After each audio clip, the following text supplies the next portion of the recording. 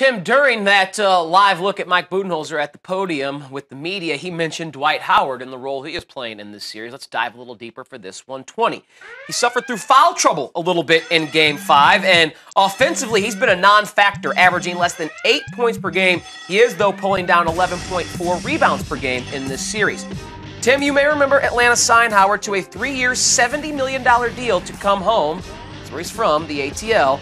Overreaction or not, given his price point, the Dwight Howard signing has been a disaster for the Hawks. I think that's an overreaction. I mean, look at the rebounds in those 4 games, still over double digits. The thing that I don't like about Dwight Howard, he doesn't block shots like he used to.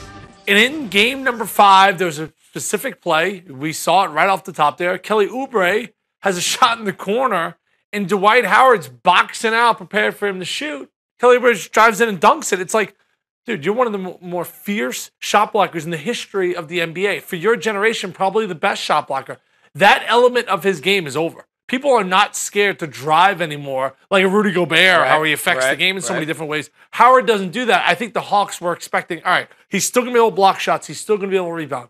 He doesn't really block shots anymore. He can still rebound. Still has a great body. Still is athletic enough. But his offensive game never developed. Nope. And he's no longer the focal point of offenses. So this is really a product of this generation's players getting too much money.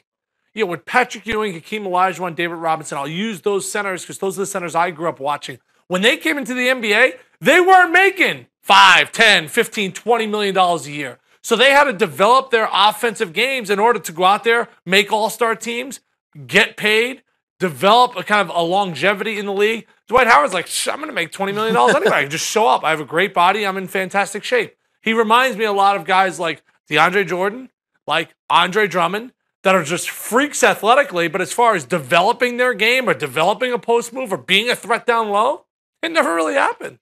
I like that term, great body. Since we are in NFL draft season, we'll hear that a lot. But you're right, Dwight Howard still has that Adonis figure, just doesn't have the Adonis game. Of all the parts of his body, which one do you like the most? Shoulders. I completely agree.